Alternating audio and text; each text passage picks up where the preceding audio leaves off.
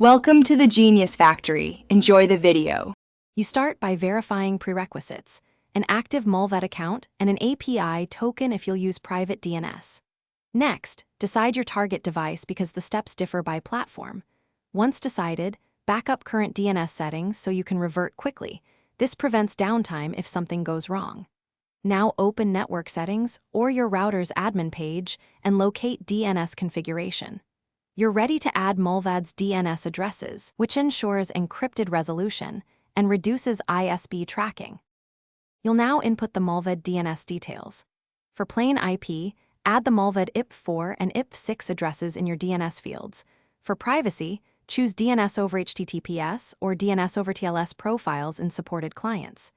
If using a router, replace the ISP DNS entries or append as primary. If on a device, change the active interface's DNS.